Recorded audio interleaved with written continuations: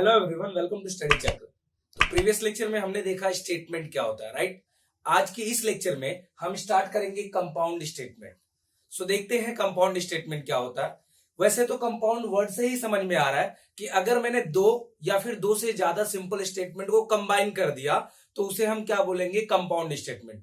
But दो statement को combine करने के लिए हमें कुछ कनेक्टिव की जरूरत पड़ेगी, ठीक है। अगर बिना कनेक्टिव के हम लोग क्या कर सकते हैं, दो सिंपल स्टेटमेंट को कंबाइन नहीं कर सकते। तो देखो यहाँ पे डेफिनेशन क्या लिखा हुआ है, the statement that are form by combining two और more than two simple statement by using the logical connective. यहाँ पे ये वर्ड इंपॉर्टेंट है बच्चों, लॉजिकल कनेक्टिव, ठीक है, are called as compound statement. अगर मैंने दो या दो से ज्यादा सिंपल स्टेटमेंट को किसी लॉजिकल कनेक्टिव से कनेक्ट किया तो उसे हम क्या बोलेंगे, compound statement.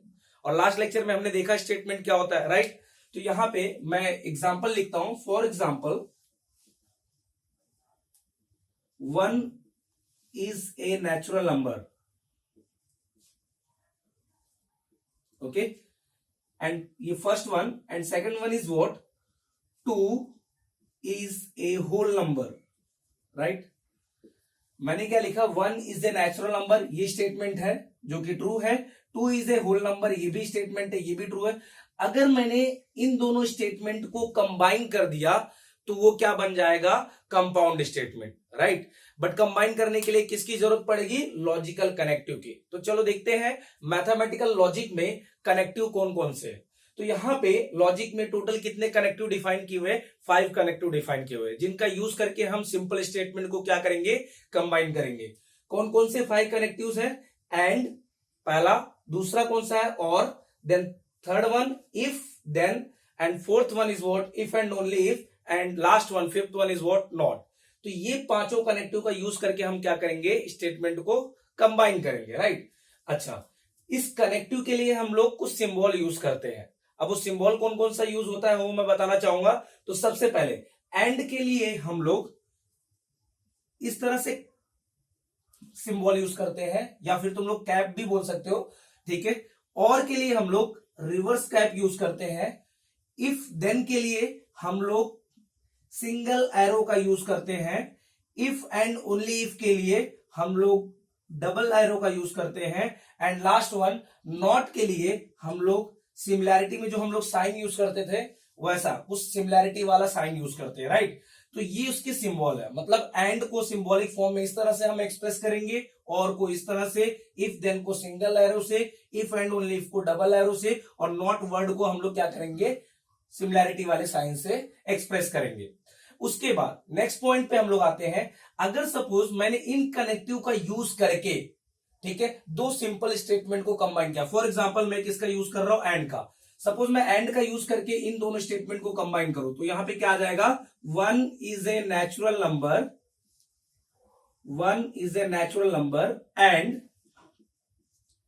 2 is a whole number, right. 1 is a natural number and 2 is a whole number. तो यहां पे बच्चों एकदम क्लियरली दिखाई दे रहा है ये जो स्टेटमेंट है वो कैसा स्टेटमेंट होगा, कंपाउंड स्टेटमेंट। क्यों, क्योंकि मैंने क्या यूज किया, एक कनेक्टिव यूज किया दो सिंपल स्टेटमेंट को कनेक्ट करने के लिए, राइट। अच्छा, अब यहां पे ध्यान देना, term use to describe the compound statement, right. अगर मैंने एंड कनेक्टिव का यूज किया किसी स्टेटमेंट को कंबाइन करने के लिए तो उस कंपाउंड स्टेटमेंट को हम क्या नाम देंगे, कंजंक्शन, राइट। तो यहां पे हमने एंड का यूज किया इसलिए इसको हम कंपाउंड स्टेटमेंट बोलेंगे, और वो भी कैसा कंपाउंड स्टेटमेंट, कंजंक्शन, राइट। अगर मैंने और का यूज करके मैंने स्टेटमेंट को कनेक्ट किया तो उसका नाम होता है डिसजंक्शन, ठीक है। इफ देन का यूज किया तो दैट इज व्हाट, कंडीशनल, और इफ एंड ओनली इफ का यूज किया तो बाय कंडीशनल। याद रखो बच्चों, कंडीशनल को हम इंप्लीकेशन भी बोलते हैं, बाय कंडीशनल को हम लोग डबल इंप्लीकेशन बोलते हैं, क्योंकि डबल एरो, देखो, ठीक है। और यहां पे नॉट, नॉट के लिए हम लोग सिमिलैरिटी वाला साइन यूज करते हैं, और इसका नाम क्या होता है, निगेशन। याद रखना बच्चों, ये जो नॉट वाला है दैट इज निगेशन। निगेशन हमेशा सिंगल स्टेटमेंट पे हम अप्लाई करते हैं, ठीक है। यहां पे हम सिंगल स्टेटमेंट पे, आगे चल के हम लोग निगेशन देखेंगे कंपाउंड स्टेटमेंट का, बट वो आगे, अभी फिलहाल के लिए बस इतना ही। तो अब हम लोग को क्वेश्चन किस तरह से पूछा जाएगा, कुछ कंपाउंड स्टेटमेंट दिए होंगे हमें और उसे हमें सिंबॉलिक फॉर्म में एक्सप्रेस करना होगा। हम कैसे एक्सप्रेस करेंगे? सिंपल सा फंडा है बच्चों इसके लिए। पहले आप कंपाउंड स्टेटमेंट को रीड करेंगे और उसमें हम लोग क्या करेंगे, कनेक्टिव वाले वर्ड को ढूंढेंगे। मतलब इन पांचों वर्ड में से मुझे एक वर्ड दिखाई देना चाहिए, राइट। और कनेक्टिव वाले वर्ड को ढूंढने के बाद कनेक्टिव के लेफ्ट साइड वाले पोर्शन को मैं स्टेटमेंट पी कंसीडर करूंगा और राइट साइड वाले स्टेटमेंट को मैं क्यू कंसीडर करूंगा। लास्ट लेक्चर में मैंने बताया था स्टेटमेंट को हम लोग पी क्यू आर से डिनोट करते हैं। स्टेटमेंट को हम लोग स्मॉल पी क्यू आर इस तरह से हम लोग डिनोट करते हैं, राइट। फॉर एग्जांपल यहां पे एंड कनेक्टिव का यूज किया है। सपोज मुझे इसको सिंबॉलिक फॉर्म में एक्सप्रेस करना है तो मैं क्या करूंगा, 1 इज ए नेचुरल नंबर। इस एंड के लेफ्ट साइड वाले स्टेटमेंट को मैं पी से डिनोट कर दूंगा और एंड के राइट साइड वाले स्टेटमेंट को 2 इज ए होल नंबर, इसको मैं क्यू से डिनोट कर दूंगा। और इसको हम सिंबॉलिक फॉर्म में लिखते टाइम क्या लिखेंगे, पी। एंड के लिए हमारा सिंबल ये यूज होगा, ठीक है, कैप की तरह। और 2 इज ए होल नंबर, उसको मैं क्या एक्सप्रेस करूंगा, क्यू। तो ये सिंबॉलिक फॉर्म बन जाएगा पी एंड क्यू। तो बच्चों इसी तरह से एंड के इस साइड वाले स्टेटमेंट को पी, दूसरे साइड वाले स्टेटमेंट को क्यू। वैसे सेम और के लेफ्ट वाले स्टेटमेंट को पी और के राइट साइड वाले स्टेटमेंट को क्यू। इफ के बाद जो स्टेटमेंट होगा देन से पहले उसको पी, देन के बाद जो स्टेटमेंट होगा उसको हम क्यू एज्यूम करेंगे। और इफ एंड ओनली इफ के लेफ्ट साइड में P, if and only if के राइट साइड में क्यू। तो हम इस तरह से क्या करेंगे, किसी भी कंपाउंड स्टेटमेंट को सिंबॉलिक फॉर्म में एक्सप्रेस करेंगे। ओके, अब स्टार्ट करते हैं एक्सरसाइज नंबर 1.1 का क्वेश्चन नंबर 2।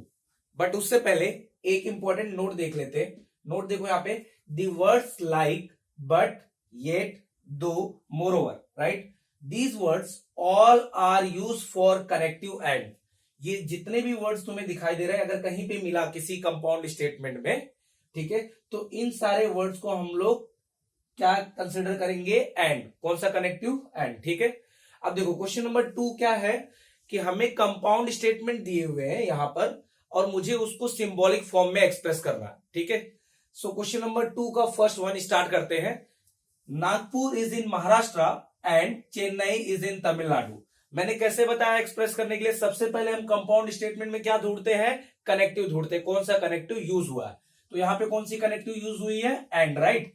तो एंड के लेफ्ट साइड वाले स्टेटमेंट को हम लोग पी कंसीडर कर लेते हैं और एंड के आगे वाले स्टेटमेंट को हम क्यू कंसीडर कर लेते हैं। तो इसका सॉल्यूशन देखो कैसे लिखेंगे बच्चों। सॉल्यूशन लिखने जा रहा हूं फर्स्ट वन का। पहले कंसीडर करना है तुम्हें, लेट पी, पहला वाला स्टेटमेंट क्या हो जाएगा, Nagpur is in Maharashtra, right. So Nagpur is in Maharashtra, ठीक। स्टेटमेंट क्यू, तुम्हें स्टेटमेंट क्यू लेना एंड के बाद वाले स्टेटमेंट को, Chennai is in Tamil Nadu,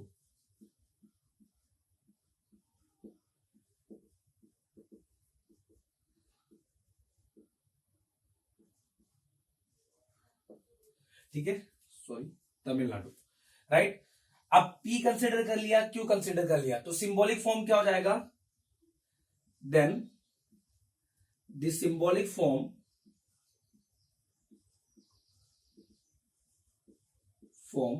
of the given statement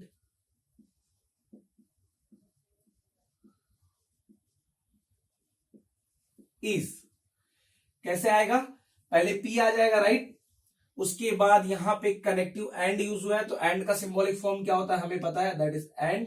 उसके बाद चेन्नई इज इन तमिलनाडु, उसको मैंने क्या लिया है, क्यू। तो यहां पे सिंबॉलिक फॉर्म क्या हो गया, P एंड Q। तो इस तरह से हमें आंसर लिखना है, फर्स्ट वन का हो गया। इसी तरह से हम लोग सभी क्वेश्चंस के आंसर लिखेंगे। अब देखते हैं question number 2। Question number 2, triangle is equilateral और आइसोसेलेस। तो इसमें हम लोग पहले सबसे पहले क्या ढूंढेंगे, कौन सा कनेक्टिव यूज हुआ है। तो यहां पे क्लियरली दिखाई दे रहा है कनेक्टिव कौन सा यूज हुआ है, और। तो और के लेफ्ट साइड वाले स्टेटमेंट को हम पी एज्यूम करेंगे और दूसरे साइड वाले स्टेटमेंट को हम क्यू एज्यूम करेंगे। याद रखना ये आइसोसेलेस भी इसी ट्रायंगल के लिए बोला जा रहा है। तो P क्या तुम लोग एज्यूम करोगे, ट्रायंगल इज इक्विलेटरल, इसको तुम्हें क्या लेना है, P लेना है। जरा ध्यान देना, सेकंड वाले में तुम्हें P किसको एज्यूम करना है, ट्रायंगल इज इक्विलेटरल, ओके। अब क्यू जो तुम्हें एज्यूम करना है डायरेक्टली आइसोसेलेस नहीं, ये किसके लिए बोला जा रहा है, ट्रायंगल के लिए, तो यहां पे भी लिखना है ट्रायंगल इज आइसोसेलेस। उसके बाद सिंबॉलिक फॉर्म क्या हो जाएगा, यहां पे पी आ जाएगा, और के लिए तुम्हें पता ही है सिंबॉलिक फॉर्म कौन सा यूज होता है, तो इसका सिंबॉलिक फॉर्म सेकंड वाले का क्या आएगा, पी और क्यू, राइट। ये आंसर हो जाएगा क्वेश्चन नंबर 2 का। देन देखते हैं थर्ड क्वेश्चन। थर्ड क्वेश्चन क्या लिखा हुआ है, the angle is right angle if and only if it is of measure 90 degree. तो यहां पे बच्चों क्लियरली दिखाई दे रहा है कौन सा कनेक्टिव यूज हुआ है, इफ एंड ओनली इफ। और इफ एंड ओनली इफ अगर ये कनेक्टिव यूज हुआ है तो इसके लेफ्ट साइड वाले स्टेटमेंट को पी एज्यूम करना है, दैट इज पी क्या लेंगे, the angle is right angle. और इफ एंड ओनली इफ के बाद वाले स्टेटमेंट को हम क्यू एज्यूम करेंगे, that is it is of measure 90 degree. तो पी ये हो गया, क्यू ये हो गया, तो यहां पे सिंबॉलिक फॉर्म क्या हो जाएगा थर्ड वन का, इसके बगल में ही मैं यहां पे लिख देता हूं, ये हो जाएगा P, right. If and only if के लिए तुम्हें पता है सिंबॉलिक फॉर्म क्या यूज होता है, डबल एरो, राइट। सो पी डबल इंप्लीकेशन और यहां पे क्या जाएगा क्यू। तो ये तुम्हारा थर्ड का सिंबॉलिक फॉर्म हो गया। अच्छा बच्चों एक बात और तुम्हें बताना है, कभी बाई चांस अगर स्टेटमेंट में तुम्हें नाइदर नॉर दिखे तो ऐसे केस में भी हम कनेक्टिव एंड का ही यूज करेंगे, क्यू एंड का यूज करेंगे, क्योंकि नाइदर नॉर में दोनों कंडीशन नेसेसरी है। इसीलिए हम लोग याद रखना ये वर्ड्स दिखेंगे बट ये दो मोरओवर तो एंड यूज करना है, और साथ साथ अगर नाइदर नॉर दिखा तो भी मुझे एंड यूज करना है, बट नाइदर नॉर दोनों ही नॉट के कंडीशन में जा रहे हैं, इसीलिए हम लोग निगेशन भी यूज करेंगे। अगला वाला देखो एग्जांपल कुछ इस तरह से, fourth one, angle is neither acute nor obtuse, right. तो यहां पे नाइदर नॉर यूज हुआ है तो डेफिनेटली यहां पे पी एंड क्यू का फॉर्म आएगा, बट उससे पहले मुझे पी और क्यू क्या लेना है, ये नाइदर को मत लो, यहां पे क्या पी क्या एज्यूम करना है, एंगल इज एक्यूट, राइट। तो यहां पे पी तुम्हें एज्यूम करना है angle is acute, right. Q तुम्हें क्या लेना है, एंगल इज ऑब्ट्यूस। अच्छा इसका सिंबॉलिक फॉर्म क्या आ जाएगा, देखो जरा बच्चों, इसमें सिंबॉलिक फॉर्म क्या आ जाएगा, एंगल क्या एक्यूट है क्या, नहीं, उसने बोला है एंगल इज नाइदर एक्यूट, तो इसका मतलब क्या, नॉट के लिए हम लोग कौन सा सिंबॉलिक फॉर्म यूज करते हैं, निगेशन। तो यहां पे पी पे निगेशन लगेगा, अगर मैंने निगेशन पी लिखा इसका मतलब क्या, इसका अपोजिट, पी का opposite, that is angle is neither acute, right. और साथ साथ वो ऑब्ट्यूस भी नहीं होना चाहिए, ठीक है। तो यहां पे कंडीशन नेसेसरी है, तो यहां पे मैं क्या यूज करूंगा, एंड, और क्यू ऑब्ट्यूस होना चाहिए क्या, नहीं, नॉर ऑब्ट्यूस, इसका मतलब क्या, यहां पे निगेशन क्यू एज्यूम करना है। तो सिंबॉलिक फॉर्म क्या हो जाएगा, negation P and negation Q, किसका, फोर्थ वन का। नेक्स्ट वन पे जाते हैं, fifth one, if triangle A B C is right angle at B then measurement of angle A plus measurement of angle C is equal to 90 degree. अब इसमें भी connective ढूंढो बच्चों, यहां पे कनेक्टिव कौन सा यूज हुआ है, इफ और देन, राइट। यहां पे क्लियरली दिख रहा है इफ और देन कनेक्टिव यूज हुआ है। तो इफ और देन के बीच में जो स्टेटमेंट है उसको पी ले लो, that is triangle A B C is right angle at B. ये वाले स्टेटमेंट को हम लोग क्या एज्यूम कर लेते हैं, पी, राइट। और देन के बाद जो स्टेटमेंट है उसको क्या एज्यूम कर लो, क्यू। तो यहां पे इसका सिंबॉलिक फॉर्म क्या हो जाएगा, पी क्यू, और इफ देन के लिए symbolic form single arrow, right. तो पी सिंगल एरो क्यू। उसके बाद next one, seventh one, that is last one, क्या लिखा हुआ है देखो, x is not irrational number but is a square of an integer. तो यहां पे बच्चों कनेक्टिव कौन सा यूज हुआ है, सबसे पहला पॉइंट, यहां पे कनेक्टिव यूज हुआ है बट, क्लियर दिखाई दे रहा है, ये कनेक्टिव यूज हुआ है बट को हम लोग कौन सा कनेक्टिव लेते हैं, एंड। तो यहां पे ध्यान रखना ये एंड की तरह यूज होगा। दूसरा कनेक्टिव जो यूज हुआ है दैट इज व्हाट, नॉट, ठीक है। तो यहां पे हम पी क्या लेंगे, पहले देखो जरा, यहां पे ध्यान दो, इसको हम दो तरीके से लिख सकते हैं। सेवेंथ वन को कैसे दो तरीकों से लिख सकते हैं, पहला, अगर मैंने स्टेटमेंट में, अगर सपोज मैंने पी एज्यूम किया, कनेक्टिव के लेफ्ट पार्ट वाले को मैं पी एज्यूम करता हूं, राइट पार्ट वाले को मैं क्यू एज्यूम करता हूं, राइट। सो पी अगर मैंने ले लिया, suppose X is not irrational number, okay, and Q अगर मैंने ले लिया is a square of integer, मतलब ये किसको बोल रहा है, एक्स को ना। So X is a square of an integer, X is a square of an integer.